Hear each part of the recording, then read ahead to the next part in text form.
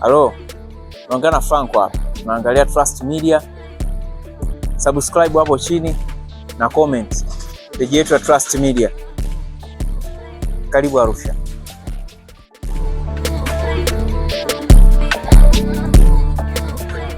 Ndio nikanajua kwamba ndio kuiva. Kwa hiyo nilikuwa serious. Nikakutana na wachezaji mbalimbali sana pale Goba. Alikuwepo Habibu Kiombo, Tariq Simba, au ni wachezaji maarufu sana Tanzania. Tariq Simba alikuwepo, kakangu Stamili Mbonde, na mheshimu sana bro. Mheshimu sana sana sana, mimi akanenda rudi.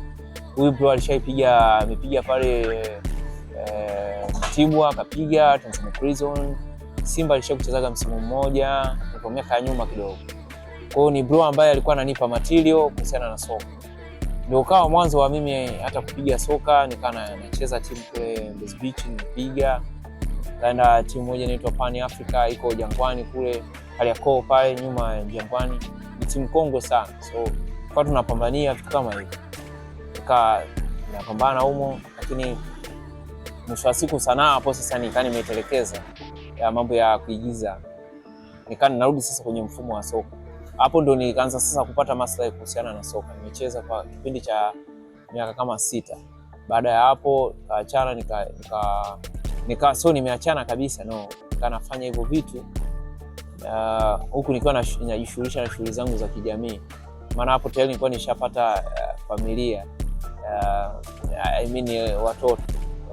Mungu akanjalia nikapata watoto 2 na mke. Sasa baadhi ya hapo sasa, siku zinapozidi kwenda, majukumu yakawa yanazidi kuongezeka na umri nao ukawa unakwenda. Basi tukafika tamati na ile timu ambayo nilikuwa nacheza, tukazungumza, tukamaliza.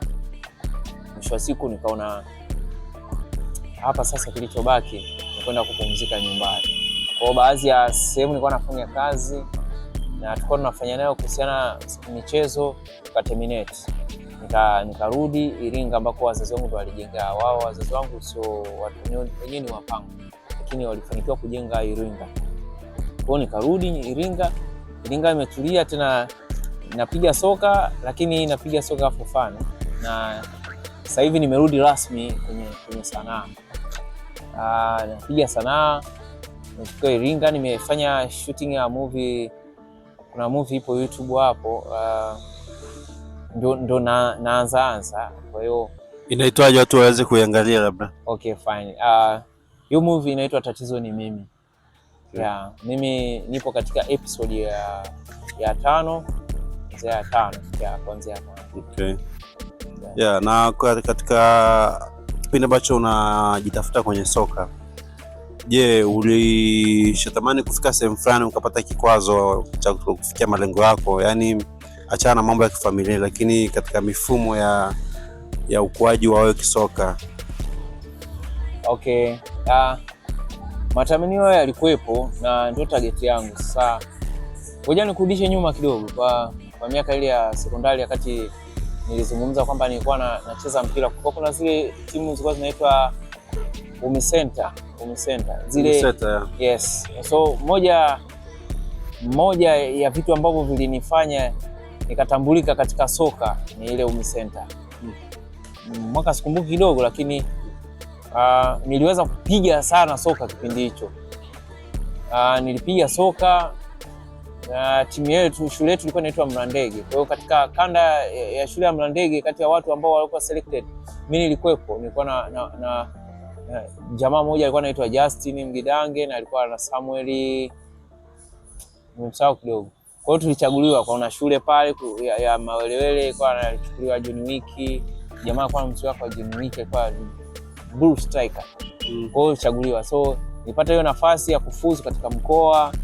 Katoka hapo nikaa nimewashirikisha wazazi wangu hasa kipindi hicho mambo ya kuambia soka, wazazi walikuwa waelewi. Yes, so niliwajaribu kuwashirikisha wazazi. Kiukweli siwezi kusema vibaya, lakini support. Yeah. Hiyo ndio kweli. Yaani inaonekana kabisa kwamba wazazi labda walikuwa wanataka usome zaidi. Yeah. Je, unafikiri wazazi wanachangia kiasi gani kudidimiza vipaji vya watoto wao? Yeah.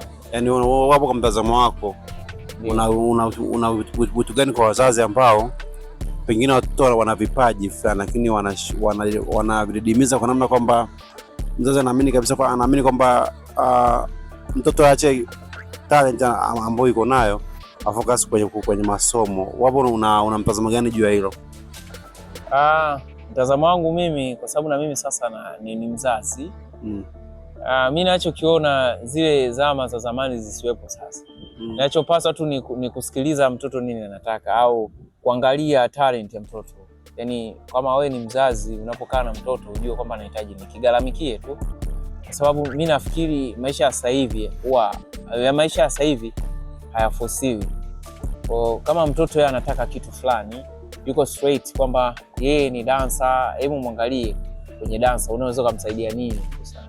Mtoto anapenda kitu fulani, anapenda toys, basi hebu mnunulie toys kwa nyingi ujue kwamba yeye talent yake ni nini. Sawa. Na kwa upande wa kuzungumzia swala la soka ni katika uwanja kwa upande wa mchezaji bora wa dunia ambaye yani mchezaji bora wa kwako wewe, achana na ambao wanapoa Ballon d'Or. Yani wewe kwa upande wako sasa hivi unafikiri ni mchezaji gani ambaye ni top class player? Unazungumzia kwa kizazi hichi au kizazi cha zamani? Kizazi hichi hapa kwa sasa hivi. Swali zuri sana. Yani mchezaji mimi ambaye namuelewa muda wote, masaa yote, hata nikilala nikiamka, ni Cristiano Ronaldo. Sijajua ni kwa nini. Na katika wakati unacheza mpira, nani ulikuwa unamwangalia sana? Ambaye nilikuwa namwangalia sana katika mpira? Nilikuwa namwangalia Cristiano Ronaldo. Okay. Tukitoka upande wa soka, kwa upande wa sasa hivi umesema umeingia kwenye mambo ya movie. Na tayari mmeshafanya series ambayo ipo YouTube inaitwa Tatizo ni Mimi, na wewe umecheza pale. Unafikiri soko la filamu Tanzania ina uwezo wa kubadilisha maisha ya mtu na akawa na maisha bora akaishi kwa kutegemea movie? Swali zuri.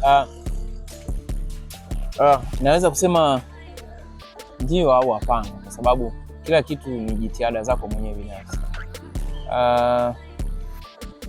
Bongo movie au nasema sanaa is acting, unapozungumzia ni kitu kipana sana. Kwa hiyo unaweza ukawa umeshoot movie yako kaiweka ndani, au ukawa umeshoot movie unayo umeweka kwenye tuseme kwenye labda kwenye media yako, alafu unaangalia media ya kwako ni ya kwako tu. Hata kwa mfano labda nikachukulia labda umeitupa YouTube au umeitupa wapi, TikTok au Facebook, haujichanganyi na watu, yani ushei kazi zako. Kwa hiyo kitu kama hicho kitakuwa kigumu, hata vile kinaweza kukupa soko gumu la wewe kutambulika katika sanaa.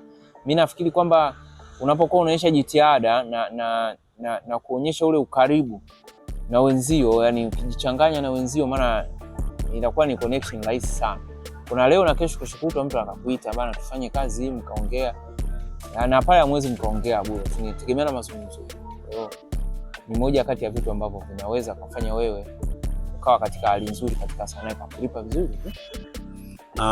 Bongo movie ndio kabla ya Kanumba na baada ya Kanumba, no I mean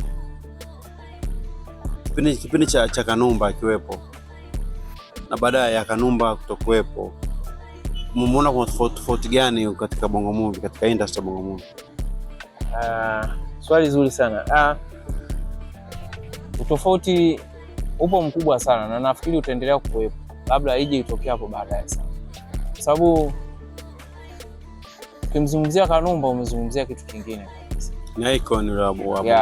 Hiyo ni icon ya Tanzania. So Tanzania tu ni nafikiri kama East Africa nzima. So yani Kanumba ni mtu ambaye alikuwa anaigiza, unaona kabisa huyu haigizi. Yaani yuko kwenye uhalisia wa maisha. Anakupa kile kitu ambacho roho inapenda. Akicheza kwenye hisia unamwona kabisa yuko kwenye hisia. Akicheza kwenye furaha unaona kabisa kwenye furaha. Akicheza kwenye utajiri unaona huyu ni tajiri. Akicheza mtu mwenye shida unaona kabisa huyu mwenye shida. Wasanii wengi sasa hivi hivyo vitu hatu. Yaani na hatupendi kukosolewa. Kanumba mimi nilijaribu kufuatilia baadhi ya interview zake. Alikuwa ni mtu ambaye anasema muda wote natamani kujifunza. Alikuwa anasema anakosolewa. Kipindi hicho hata YouTube zilikuwa hamna. So alikuwa anakutana na watu live. Unajua na mwingine anaweza kana kukosoa na udiscourage. So inategemeana na wewe jinsi unavyopokea. Kwa hiyo ni mtu ambaye alikuwa yeye akikosolewa alikuwa anajifunza. Ila sio alikuwa akikosolewa yeye alikuwa anakasirika. Tofauti na sisi, mtu utakosolewa unaweza kumwambia mtu ametunga story, unamwambia bwana, hii story bwana hii, hem tuongeze ubunifu kidogo. Yaani anachoamini yeye alichokifanya ubunifu wake unatosha, lakini imekuwa tofauti. Alafu ukiangalia kama sasa hivi kibongobongo kila mtu director, kila mtu msanii. So hata mimi sikuwahi kumfuatilia sana Kanumba, yani hivyo kiundani, lakini baada ya kufariki ndio niweza kumfuatilia. Na nikumbuka nilisema kwamba mimi namfuatilia sana Ramsey Nouh, yule jamaa ni Nigeria. Nafikiri alisha kuigiza na Kanumba ile kwenye Red Devil's Kingdom. So niliona kwamba moyo wangu ulikuwa unahitaji hichi kitu, afu ndo kikaja nyumbani Tanzania. Kwa walivyocheza na wale wasanii na msanii ambaye ninampenda Kanumba na yeye, yani nilifarijika sana telemovie. Niliipenda naipenda leo mpaka kesho. Kwa kuna vitu ambavyo huwa najifunza. Mimi ni mwanafunzi muda wote. Sababu naipenda sana. Na ndio maana hata kama nikipewa script niisome, kuna kitu mwenyewe huwa najiongeza. Unaona? Kwa hiyo mimi ni msanii na nitaendelea kujifunza. Yaani hata kama ni wewe unaniambia bwana Franco 1 2 3, sitakataa. Nitakipokea na kukifanyia kazi. Sawa, nashukuru sana Franco kwa maelezo yako mazuri kabisa.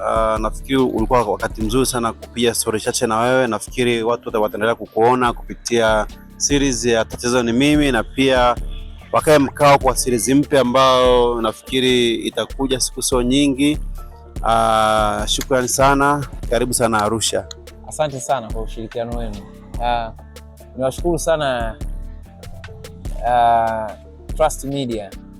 Inaonyesha umoja sana. Yaani toka tuko Iringa watu tunawasiliana vizuri sana. Ni bonge la media, na nafikiri Brother Moscow ni mtu mmoja safi sana. Ni bro ambaye na respect leo kesho kushukuru. Shukrani sana. Kwa hiyo niwape salute.